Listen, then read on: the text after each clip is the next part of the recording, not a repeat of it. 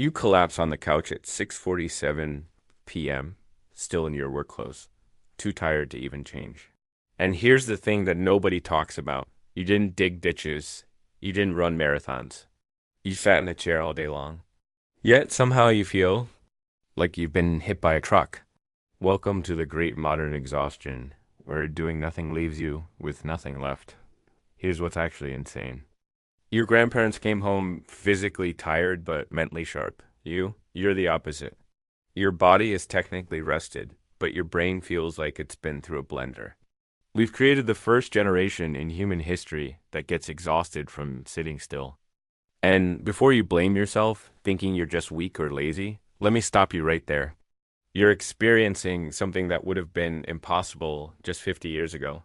Your exhaustion is real. It's measurable, and it's happening at the cellular level. Think about it. We evolved to chase antelope and run from predators, not to stare at screens while our nervous system treats every email notification like a tiny tiger attack. Your biology hasn't caught up to your technology. And that mismatch, that's what's draining your battery faster than a smartphone running. 47 apps. Here's something that'll blow your mind. You know that feeling when you're exhausted, but you can't point to any one thing that tired you out.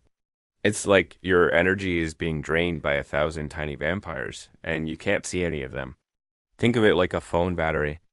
You charge it overnight, but by noon it's at 30%, and you're like, I barely used it.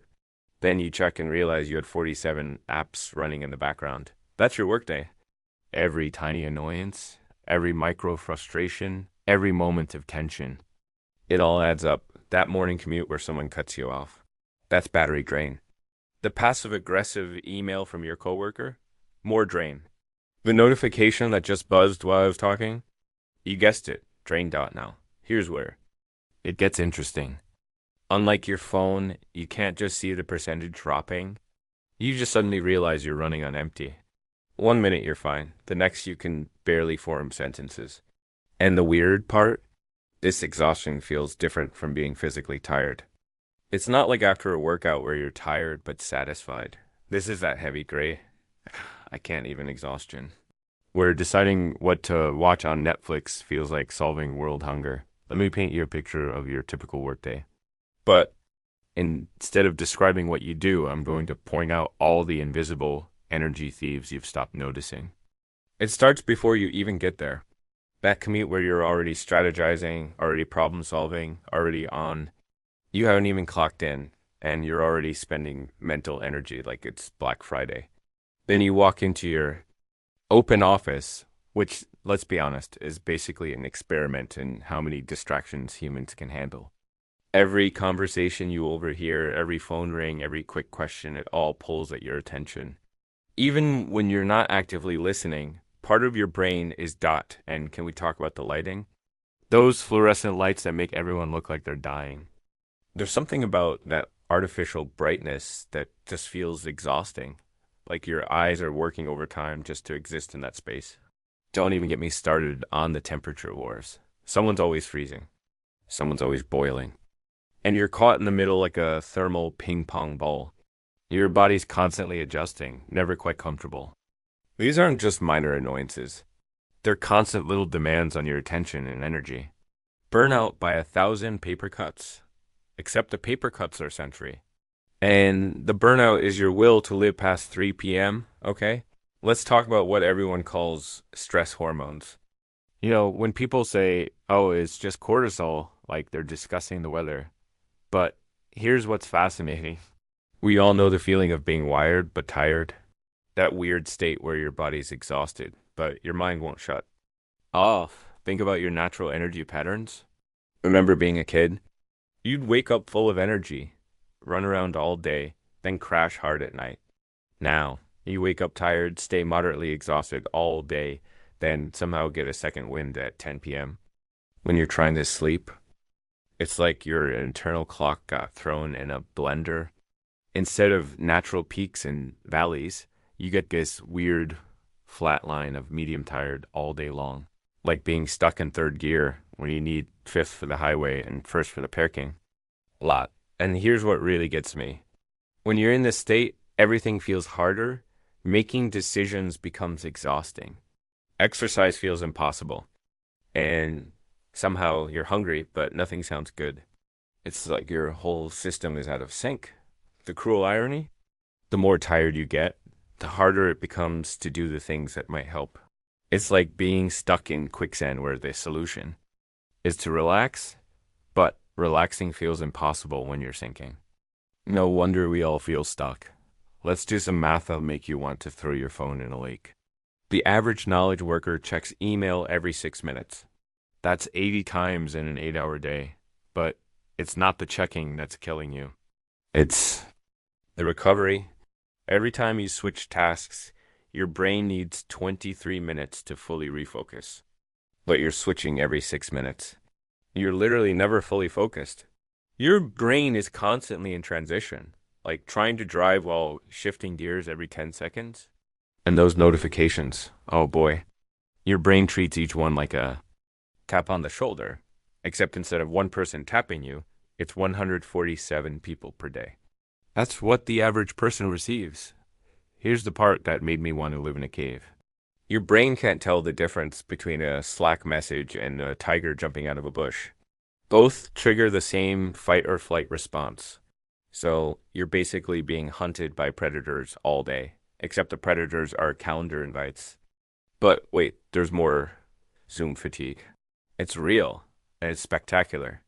Your brain is working overtime trying to process nonverbal cues through a crappy internet connection. It's like trying to have a conversation while wearing sunglasses, earplugs, and standing 50 feet apart. No wonder you're exhausted. This is my favorite paradox of modern life. We've created jobs where you can be completely exhausted from sitting. Perfectly still, it's like being tired from sleeping. It makes no sense, but here we are. Think about how you feel after sitting for hours. Your back aches, your neck is stiff, your hips feel like they're made of concrete. But it's not just the obvious stuff. There's this weird whole body tiredness that sets in. It's different from being tired after physical work. When you're physically active, you get tired, but you also feel accomplished. When you're sitting all day, you feel tired and restless, like your body wants to move but also can't imagine moving. And here's what's really bizarre. Even though you haven't moved, you feel like you've been working because you have been holding yourself in that chair, maintaining that posture, resisting the urge to just melt into the floor. It all takes energy. The worst part, when you finally get home and think, I should exercise, your body laughs at you. You've been saving energy all day by not moving, but somehow you have less energy than if you've been active. It's like trying to save money by not spending it, but somehow ending up more broke. Here's a fun fact that'll ruin your day. You know that feeling when you literally cannot decide what to have for dinner? When you're standing in front of the fridge like it's a complex math problem? That's your brain running out of decision juice. Think about all the choices you make. Before lunch, what to wear, what to eat, which route to take, how to word that email, which emoji conveys the right tone. Should I CC Derek? Is this reply all worthy? Can I ignore this meeting invite? Each one feels small, but they add up like drops filling a bucket. By afternoon, your brain is basically running on fumes. That's why everything feels harder after 2 p.m. writing an email that would have taken 2 minutes in the morning now takes 15. And you're rereading it 17 times because you can't tell if it makes sense. And then we invented something truly diabolical, the infinite scroll. Your tired brain thinks it's resting, but it's actually making hundreds of micro decisions. Is this worth reading? Swipe. How about this? Swipe. It's like trying to rest by jogging slowly. But here's the part that really gets me. After using up all your decision power at work, you go home to more decisions. What's for dinner? Becomes an existential crisis. So you eat cereal again? Because at least that's one decision you don't have to make. This is where things get properly depressing. You know how you're supposed to recover from all this exhaustion? Sleep, relaxation, actual rest. Yeah, about that. Remember that wired but tired feeling we talked about? It doesn't just disappear at the end of your workday. It follows you home. like a stray cat you accidentally fed once. So what do? You revenge procrastinate. You stay up scrolling because it's the only time that feels like yours, except you're not recovering. You're marinating in blue light and dopamine hits. And even when you do sleep, it's garbage quality. Your brain's still processing the days. 10,000 inputs. It's like trying to defrag a computer while running 50 programs. The progress bar just stays at 12% all night. But here's the real crime. Weekends aren't long enough for actual recovery. By the time Sunday night rolls around, you're maybe at 70% charge. Then Monday hits and you're back to deficit spending. It's like paying off a credit card by opening another credit card. All right, buckle up because this is where it all comes together. And it's going to sound really familiar. You know how when you're tired, everything gets harder, and when everything's harder, you get more tired? That's the compound effect in action. It's not addition, it's multiplication. Here's how it plays out. You sleep badly, so you're dragging in the morning. Because you're dragging, you grab whatever's easiest for breakfast, usually something sugary. That makes you crash by 10 a.m. Now you're tired and fighting blood sugar swings. So you reach for more coffee, which works for about an hour, but then you crash harder. Now you're tired, shaky from caffeine, and still have 6 hours of work left. Because you feel awful, everything takes longer. That report that should take an hour takes 3. Now you're behind schedule and exhausted, so you skip lunch to catch up, which makes you more tired and less focused. It's like your entire day becomes a series of energy dominoes. Each one knocks down the next, and by 5 o'clock, P.M., you're looking at the wreckage, wondering what happened. You started with one problem, being tired, and ended with 12. But here's the silver lining hiding in this disaster. If these factors multiply for bad, they multiply for good, too. Fix one thing, even a small thing, and watch how it ripples. Out, it's the same compound effect, just working in your favor for once. Time to get practical. You wouldn't try to save money without knowing where it's going, right? Same thing with your energy. Here's your mission, should you choose to accept it. For 1 week, you're going to track your energy vampires. Not with some complicated app. Just a simple 1 to 10 scale, 4 times a day.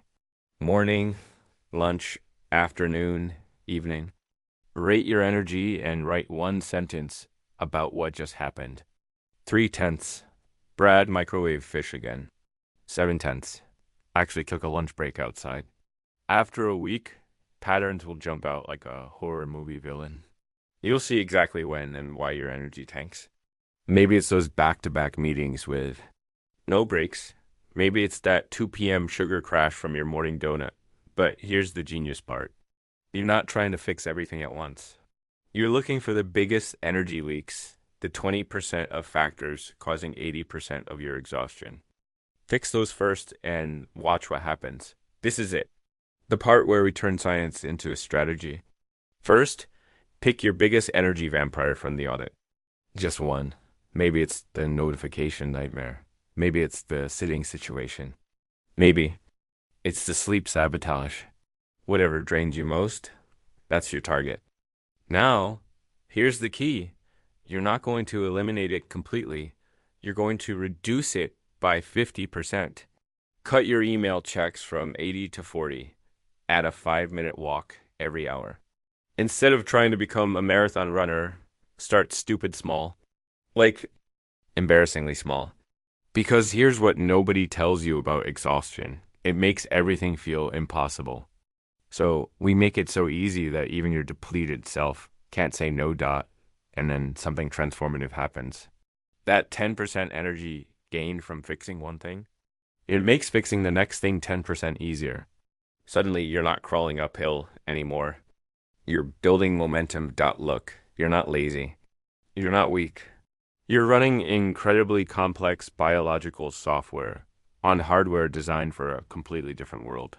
The fact that you're functioning at all is basically a miracle. But you deserve better than just functioning. You deserve to feel alive again, and now you know why you're drained. More importantly, you know what to do about it. Your energy is your life force. It's time to stop letting it leak out through 1,000 tiny holes. It's time to plug the leaks, restore the flow, and remember what it feels like to end the day. With something left in the tank, you've got this. Now go audit that energy and take your life back one small win at a time. And hey, if you like this video, don't forget to subscribe and hit that like button. Also, let me know your thoughts on what I just shared.